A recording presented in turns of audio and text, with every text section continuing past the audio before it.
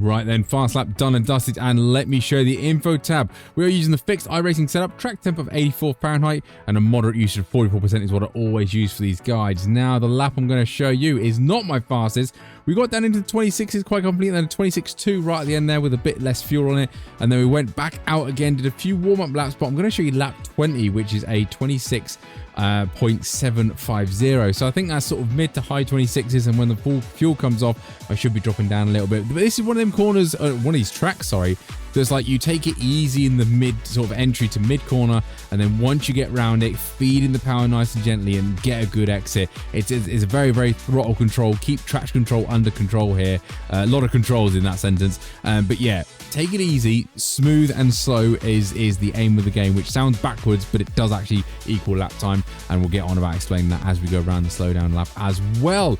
Otherwise, what else do I show you on here? Discord, OLAP, BLAP, telemetry and replay file, all on my Discord. The link will be downstairs in the description if you did want to join that and have them files so you can compare my lap to your lap and see if you're a little bit quicker in areas that you don't need to worry about, or you need to improve areas where I might be faster. On that note, Garage 61, very nice online telemetry tool. At the moment, the recording it is free, but you can log my telemetry against your telemetry, so it's very, very useful to get a side-by-side lap comparison and see where you are losing them magical few tenths. Otherwise, I think that's enough me waffling, so yeah, like and subscribe to that lovely YouTube stuff, and let's crack on with the breakdown now. Right then, Okayama, and it does look beautiful after the rescan, so well done iRacing. We are using the advertisement marker, or this shadow that's on the track there, just breaking a nice heavy straight line as you get to it. Second gear through this one, turn in gently and then ease it round, just tickle that curb, and then as the curb ends, sort of start leaning off. Build up that power, not too quick though, because you can run too far wide on the left-hand side. Bring the car back over to the right-hand side, and just to get to that marshal post just there, brake nice and easy, probably about third gear for this one. Again, let it coast into the corner, and you want to gently tickle it into the apex there. Not too much curb, because it can unsettle, and then feed in the power. Again, we can run wide, so be cautious about that one. You can use a little bit of curb, a little bit of gravel, but it can slow you down thanks to the new gravel in iRacing.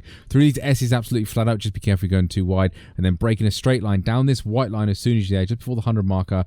Nice heavy straight line here, really slow it down. Don't turn in too early because it will push you very wide, so you want sort of a late-ish apex. I don't manage to get one at all, but I get on throttle nicely, and then I feed in the power, and also let the car drift out naturally to the left-hand side. As long as you've not got the traction control stepping in, you should be absolutely golden. Down the straight now, this will probably be a good overtake opportunity down into the hairpin.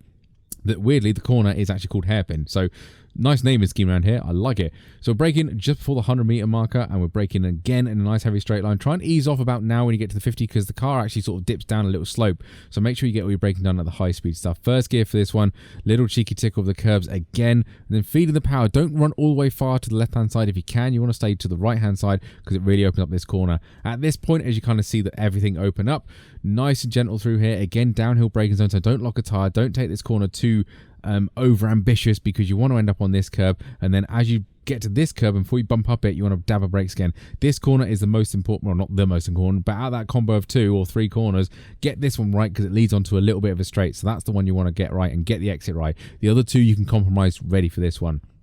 Dive bomb here, we'll be very optimistic to get it right, but we're braking at the 50-meter marker. Again, braking a straight line. Slow it down more than you think. This is sort of uphill, so you can get a little bit more turn in and rotation through here. Be careful of people spinning out as well here on the left-hand side. It can happen, so be cautious about that one. But bring the car over to the left-hand side, and this is another hairpin. So about this point, when you're looking at the Fanatec logos, bring the car over. First gear for this one, because I want to get a nice late apex and try and straighten the car up as quickly as possible to get on power. You see I'm feeding it in ever so gently, trying to minimize that traction control stepping in and get acceleration as soon as possible. The big tall marshal post there is probably our turning point for the second to last corner. Bit of a lift through here. Don't cut this too much because there's a bump on the inside of the curb that's horrible and you will bottom out. And then at the end of the curbing here, just as that green disappears under your dash, you want to brake again, easy through here. Don't apex too early because it can push you wide. And there is a bit of a curb here on exit, which is really, really nice. But again, don't touch a gravel trap because the gravel trap is a bit sticky now, so be cautious about that. On the olden days, you used to be able to get that gravel trap and you were absolutely fine. Now you can't do it. Leave the gravel trap away alone. The line is a long way down as well, so make sure you don't lift off too early. Make sure you get under the non-lock bridge again for before you lift off and start yielding positions. But that's us across the line in a 1:26.758. So yeah, that's where I think we're going to be. I think I'll probably get a little bit quicker and a little bit more consistent as the week goes through, as with always things where practice makes perfect, doesn't it? Otherwise, if this did help you out, don't forget to like and subscribe, and I love your YouTube stuff, and I'll catch you on the next one.